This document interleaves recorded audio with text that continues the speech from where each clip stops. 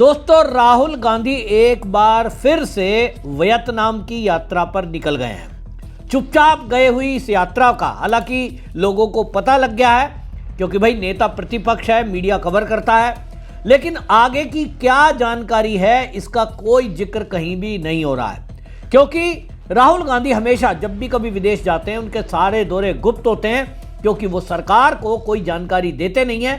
Vietnam गए हैं, बस इतनी जानकारी दी, तो विदेश मंत्रालय में इतनी जानकारी है, उसके आगे वो कहां जाएंगे कोई नहीं बता सकता। और ये पहली बार नहीं है, लगातार देश के बाहर राहुल गांधी का रहना इस कदर है कि साल के 365 दिन में वो भारत से बाहर लगभग 200 दिन रहते हैं। अब आप इसी से आइडिया लगा लीजिए, जो व्यक्ति नेता प्रतिपक्ष है, जिसके भरोसे पूरा विपक्ष है, वो आदमी लगभग आधा साल भारत से बाहर रहता है।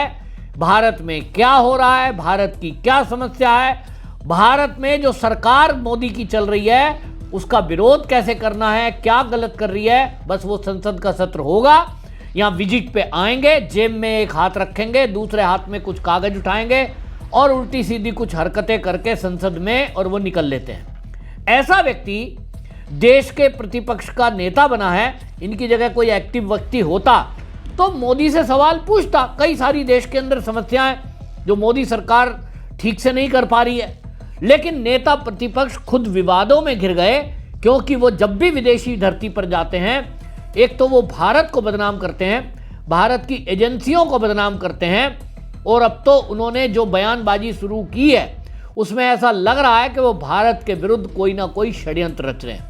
इसको लेकर भारतीय जनता पार्टी के नेताओं ने कुछ फोटो जारी किए हैं, कुछ अखबार की कटिंग जारी की है, जिसमें दावा किया गया है कि राहुल गांधी जॉर्ज सोरस, जो कि भारत विरोधी ताकतें उनको संचालित करने के लिए, रिजीम चेंज करने के लिए जाना जाता है, उस जॉर्ज सोरस की टीम के लोगों से विदेश में जाकर मिलता है। तो फिर सवाल उठता है कि राहुल गांधी विदेश में अगर भारत के लोकतंत्र की हत्या करने के लिए आमादा एक व्यक्ति, एक पागल व्यक्ति जो जॉर्ज सोरस नाम है जिसका, वो अगर ये कहता है कि मेरे पास $बिलियन हैं और मैं भारत की सरकार को गिराऊंगा, ऐसे व्यक्ति की टीम से यदि राहुल गांधी मिलते हैं तो फिर उनका मकसद क्या है इसको बताने की जरूरत नहीं है। एक व्यक्ति का लक्ष्य है भारत में अस्थिरता पैदा करना, भारत की सरकार को गिराना, भारत में अमेरिका के दबदबा को स्थापित करना, तो मंसूबे क्या होंगे ये बताने की तो आवश्यकता नहीं है। लेकिन चिंता की बात जरूर है कि हमारे देश का एक लीडर भारत के बाहर जाकर के जिस तरह से हमारी एजेंसियों को बदनाम कर रहे हैं, इसका मतलब क्या है।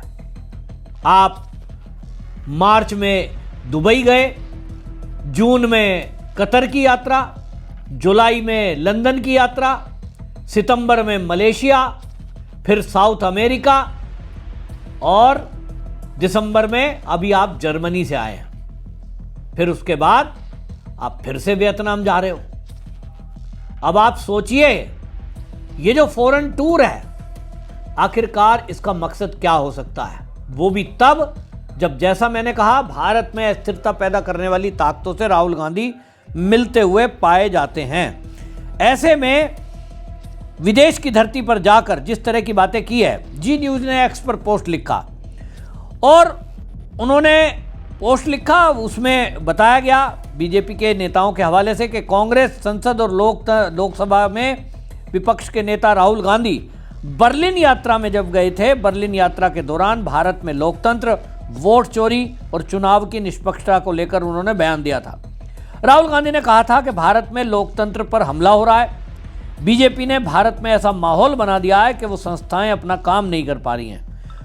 उन्होंने कहा कि कांग्रेस ने इनका दुरुपयोग नहीं किया, लेकिन भाजपा इनका इस्तेमाल राजनीतिक ताकत बढ़ाने के लिए करती रही है। जर्मनी के बर्लिन स्थित हर्टी स्कूल में संबोधन में राहुल गांधी ने कहा था कि भारत में चुनाव की निष्पक्षता को लेकर गंभीर सवाल उठाए गए हैं। अभी तेलंगाना, हिमाचल प्रदेश में चुनाव जीते, लेकिन वो निष्पक्षता पर सवाल उठा रहे हैं। अभी हाल ही में आप देखिए, कर्नाटक में उन्हीं की सरकार है, यानी कांग्रेस की सरकार है। सिद्धारमैया ने ईवीएम को लेकर एक सर्वे कराया और उस सर्वे में जनता ने 85% जनता ने कहा हमें ईवीएम पर भरोसा है। लेकिन कांग्रेसियों को जनता की राय से कोई सरोकार मुझे तो दिखता नहीं है। आप ईडी पर हमला करेंगे क्योंकि ईडी भ्रष्टाचार को रोकती है, आपका केस चल रहा है। आप सीबीआई पर हमला करेंगे क्योंकि सीबीआई नेशनल हेराल्ड मामले में जांच कर रही है। मुद्दा अपने परिवार को बचाने का है, लेकिन वो देश को बदनाम करने का काम करते हैं। भारतीय जनता पार्टी के नेता गौरव भाटिया ने इस बात को लेकर के अखबार में भी जो लेख दिया और उस अखबार के हवाले से ये सब चीज़ें कही है। उन्होंने कहा कि जिस तरह से ये विदेश में जाते हैं, ये जॉर्ज सोरोस की टीम से मिलते हैं, आखिरकार इनका मकसद क्या है ये मुझे बताने की ज़रूरत नहीं है। इस बात को लेकर के उन्होंने हमेशा से जिस तरह से इस अपनी विदेशी यात्राओं को गुप्त रखा है, ये अपने आप में शक के दायरे में। और आप भारत के दुश्मनों से मिलते हैं। जॉर्ज सोरोस से फंडिंग होने का दावा भी भारतीय जनता पार्टी के जो राष्ट्रीय प्रवक्ता हैं गौरव भाटिया, उन्होंने कहा है। उन्होंने कहा कि बर्लिन के जो हर्टी स्कूल की प्रेसिडेंट है और वो प्रोफेसर है कोर्नेलिया वोल, उसके साथ तस्वीर दिखाई दे रही है। अब खाली तस्वीर से कोई चीज़ें साबित नहीं होती हैं, इसलिए राहुल गांधी बच भी जाते हैं, कोई सबूत तो है नहीं।